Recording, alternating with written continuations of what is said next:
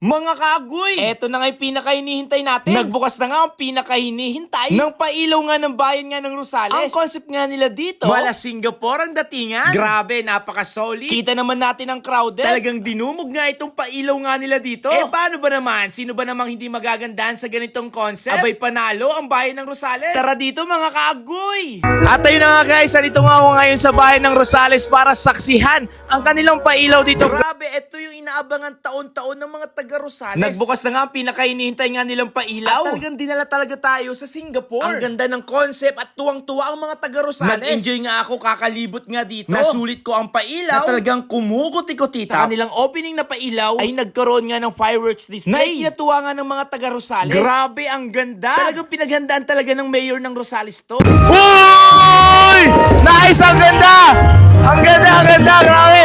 Hey! Hey! Hey! Hey! Hey! Hey! Wow! Wow! Ooh! Wow! Wow! Hey! Hey! Hey! Hey! Hey! Hey! Hey! Hey! Hey!